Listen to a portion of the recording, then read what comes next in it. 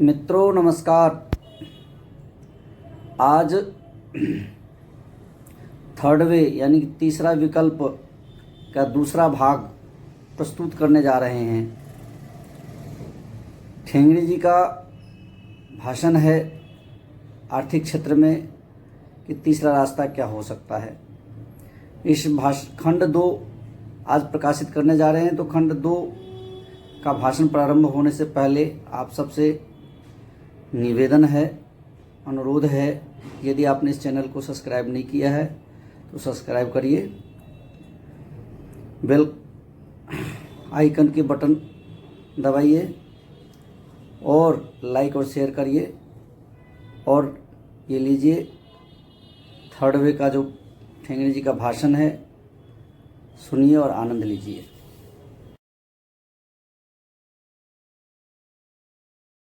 तो सभी मिलकर सभी के कल्याण का विचार करते हैं, ऐसी रचना अपने यहां हुई।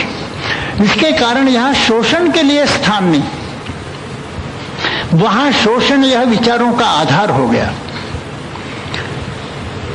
क्योंकि हर एक व्यक्ति सृष्टि का केंद्र है, उसका सुख यही विचारों का सारा आधार है। सुख के लिए शोषण यदि आवश्यक है तो शोषण करने में आपत्ति नहीं है। तो कितनी भी मात्रा में अन्य लोगों का, प्राणियों का शोषण करने में आपत्ति क्या। इसीलिए कल जैसे मैंने कहा कि मानव केंद्रितता, होमोसेंट्रिसिज्म, कि मेरे लिए है, बाकी जितने प्राणी वगैरह है इन सबको मैं खा सकता हूं, नष्ट कर सकता हूं, क्या आपत्ति है, उनका विचार करने की आवश्यकता क्या है, यह होमोसेंट्रिसिज्म यह निर्माण हुआ। वैसे केवल होमोसेंट्रिसिज्म नहीं तो बाकी मानवों का भी मैं शोषण कर सकता हूं, उससे यदि मेरा सुख बढ़ता है तो बढ़ाने में क्या आपत्ति है, यह विचार वहां निर्माण हुआ। और यह विचार निर्माण होने के कारण अपने सुख के लिए दूसरे का शोषण, तो सब एक दूसरे का शोषण करने लगेंगे तो समाज कैसे चलेगा। इसलिए सोशल कॉन्ट्रैक्ट थियरी की कुछ सामंजस्य बिठाने के लिए सोशल कॉन्ट्रैक्ट थियरी यह वहां निर्माण है। हमारे यहां सोशल कॉन्ट्रैक्ट थियरी नहीं है। अब इसमें से एक एक विचार निकलता है। व्यक्ति का सुख, उसके लिए शोषण हो सकता है। तो सुख ज्यादा से ज्यादा व्यक्ति का काहे के कारण होता है,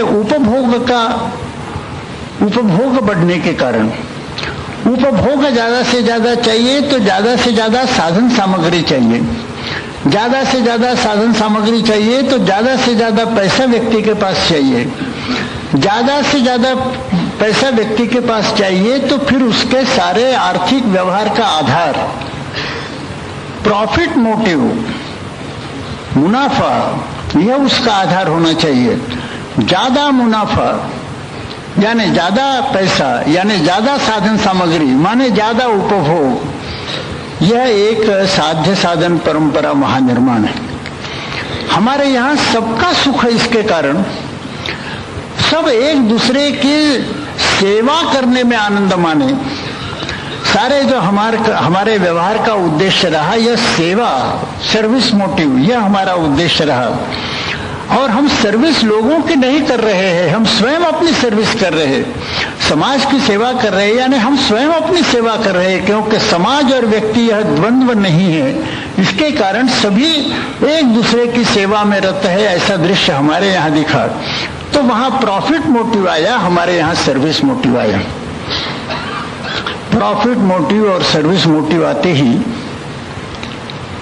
अगली व्यवस्था में महान परिवर्तन आया। वहां प्रॉफिट मोटिव है। अब ज्यादा से ज्यादा प्रॉफिट कमाने का रास्ता क्या है, तो ऐसा दिखाई दिया अर्थव्यवस्था में। हम एक आर्थिक पहलू का आज विचार करें। वैसे तो सामाजिक, राजनीतिक सभी पहलुओं का विचार वैश्विक दर्शन में होता है, लेकिन उदाहरण के लिए हम आर्थिक पहलू का विचार करें तो प्रॉफिट मोटिव है। ज्यादा से ज्यादा प्रॉफिट कैसे हो सकता है, तो इसके लिए आज की अर्थव्यवस्था में यह आवश्यक है कि हम जिस माल को मार्केट में ले जाते हैं उसकी ज्यादा से ज्यादा कीमत आनी चाहिए। ज्यादा से ज्यादा कीमत आनी चाहिए, इसके लिए आवश्यक होता है, यह कानून का आज के बाजार का कानून है, law of demand and supply कहते हैं कि ज्यादा सप्लाई रहा तो कीमत घट जाती है, कम सप्लाई रहा तो कीमत बढ़ जाती है। तो प्रॉफिट बढ़ाना है तो कीमतें बढ़नी चाहिए, कीमतें बढ़नी चाहिए तो उसके लिए सप्लाई घटना चाहिए। सप्लाई यदि ज्यादा होगा तो कीमतें घट जाएगी, कीमतें घट जाएगी तो प्रॉफिट कम होगा, प्रॉफिट ज्यादा चाहिए तो कीमतें ज्यादा चाहिए, कीमतें ज्यादा चाहिए तो वस्तुओं का सप्लाई कम चाहिए। तो सप्लाई यदि किसी कारण ज्यादा हो गया तो उसको कृत्रिम उपायों से दबा के रखना या नष्ट करना, इसको कहते हैं कंट्राइव्ड स्केर्सिटी। स्केर्सिटी यानी अभाव, और कंट्राइव्ड यानी कृत्रिम उपायों से जो अभाव निर्माण किया जाता है। आपने सुना होगा कि अनाज सागर में डाला जाता है, तंबाकू सागर में डाला गया है, माल को दबा कर रखते हैं, इसके कारण कंट्राइव्ड स्केर्सिटीज, कृत्रिम अभावों का निर्माण किया जाता है। काहे के लिए? कीमतें ज्यादा बढ़े, माने प्रॉफिट ज्यादा बढ़ेगा। तो उनकी जो अर्थव्यवस्था है यह कंट्राइव्ड स्केर्सिटीज की है कि ज्यादा से ज्यादा अभाव निर्माण किया जाए ताकि प्रॉफिट बढ़े।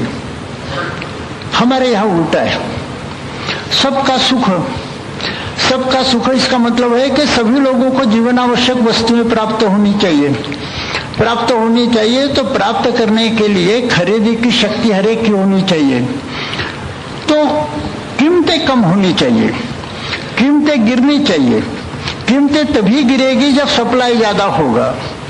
तो ज्यादा से ज्यादा सप्लाई, तो हमारी जो वैदिक इकोनॉमी है, it is an economy of abundance.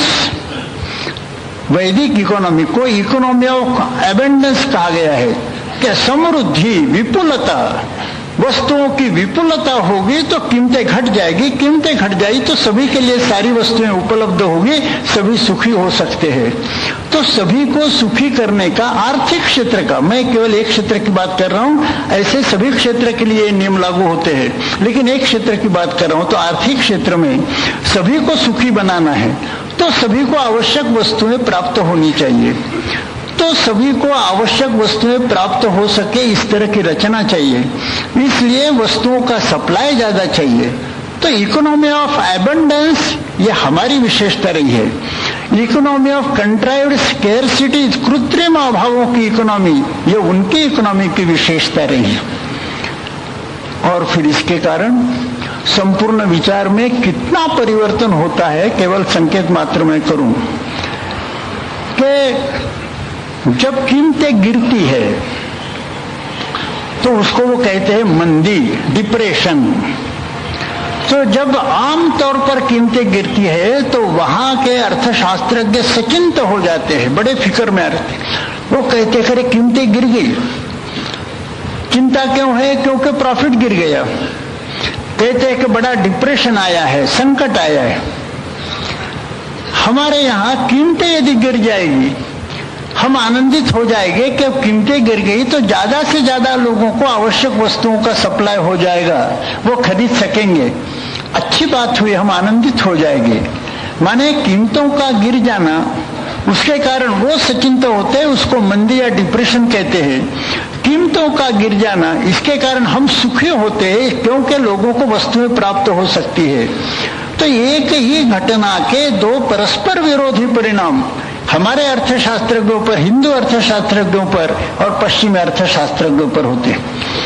तो उनका अर्थशास्त्र अलग ढंग का बना है, हिंदू अर्थशास्त्र अलग ढंग का बना है।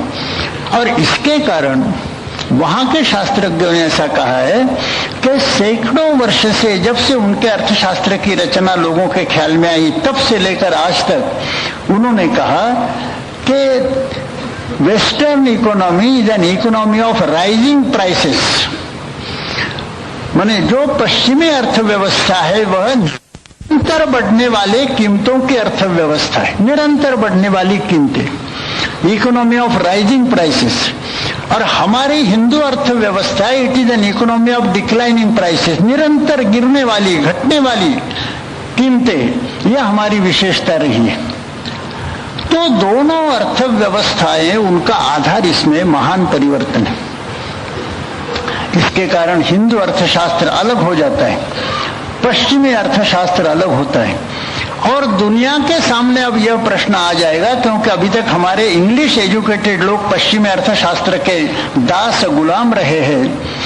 अब सबको इस प्रश्न का उत्तर देना पड़ेगा कि मनुष्य का और मानव जाति का हित कल्याण यदि सिद्ध करना है तो कौन सी अर्थव्यवस्था चाहिए। निरंतर जिसमें कीमतें बढ़ते जाती है वह अर्थव्यवस्था मानव जाति के कल्याण के लिए होगी, या निरंतर जिसमें कीमतें घटती जाती है वह अर्थव्यवस्था मानव जाति के कल्याण के लिए होगी। इसका उत्तर देना पड़ेगा, वह समय अब आ गया है, ऐसी स्थिति है। तो इसमें से फिर अर्थव्यवस्था में अनेक अंतर, अनेक भेद, उनके और हमारी अर्थव्यवस्था में अनेक भेद हो जाते हैं।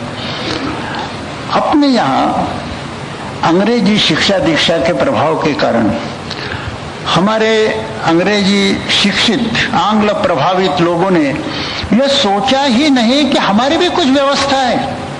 वैदिक काल से चलती आई हुई हमारी भी कुछ व्यवस्था है। तभी तो हमारे यहाँ कहा गया सर्वे न सुखिन संतु। कैसे सर्वे न सुखिन हो सकती है, इसके रास्ता भी दिखाया गया। अंग्रेजों ने बताया कि तुम्हारे यहाँ कोई शिक्षा नहीं थी, तुम्हारे यहाँ कोई अर्थव्यवस्था नहीं थी, तुम्हारे यहाँ कोई विचार नहीं था। सारे विचार, शिक्षा, सारी व्यवस्थाएं अब हम ला रहे हैं, आपके यहाँ कुछ नहीं था। अंग्रेजों के साम्राज्य की चकचकाहट के कारण प्रभावित हमारे आंग्ल प्रभावित लोगों ने उनके सारे विचार मान लिया और कहा कि हिंदुस्तान में कुछ नहीं था, जो है वो वहां से लाना है। वहां से एक एक चीज उठा कर लाई। उसके कारण आज उनकी जो दुर्दशा पश्चिम में हो रही, वही दुर्दशा हम लोगों की यहाँ हो रही है। तो इतना हम समझ ले कि दोनों में बहुत अंतर है। अब दो मनोवृत्तियों का जो अंतर है वो सभी बातों में उसका रिफ्लेक्शन, उसका प्रतिबिंब होता है। बाकी गहराई में न जाते हुए केवल उदाहरण के लिए कि किस तरह से प्रत्यक्ष व्यवहार पर इन बातों का असर होता है, यह हम थोड़ा देखें। अर्थशास्त्र एक लंबा विषय है, किंतु केवल उदाहरण के लिए कि कैसे अंतर आ जाता है। और सारे अर्थव्यवस्था अर्थशास्त्र में केंद्रीय विचार का कोई होगा तो वह है संपत्ति का, वेल्थ। अब संपत्ति की हमारी कल्पना, हिंदू कल्पना, और संपत्ति की पश्चिमी कल्पना एक ही है क्या? हम हमारे इंग्लिश पढ़े लिखे और इसके कारण भारतीय हिंदू संस्कृति के दृष्टि से अनपढ़, ऐसे अनपढ़ लोगों के साथ, माने अंग्रेजी पढ़े लिखे लोगों के साथ जब बात करते हैं, वो हमको पूछते हैं, अरे संपत्ति में क्या, कल्पना में क्या अंतर होगा? संपत्ति माने संपत्ति, वेल्थ इज वेल्थ। चाहे वो हिंदू कल्पना रहे, पश्चिमी कल्पना रहे, ऐसा नहीं। हमारी कल्पना, उनकी कल्पना, इसमें अंतर है। अब वो अंग्रेजी पढ़े लिखे, इसलिए उनको उनकी भाषा में समझाना पड़ता है। तो हम उनको बताते हैं कि भाई ऐसा है, हमारी संपत्ति की कल्पना जो है वो है the total basket of goods and services in the country. माने देश में किसी भी समय कुल मिलाकर जितनी वस्तुएं हैं और जितनी सेवाएं हैं, इनका मिलकर जो संकलन होता है, total basket of goods and services in the country, माने किसी भी एक समय देश में कुल मिलाकर जो वस्तुएं और सेवाएं होती है, उनका संकलन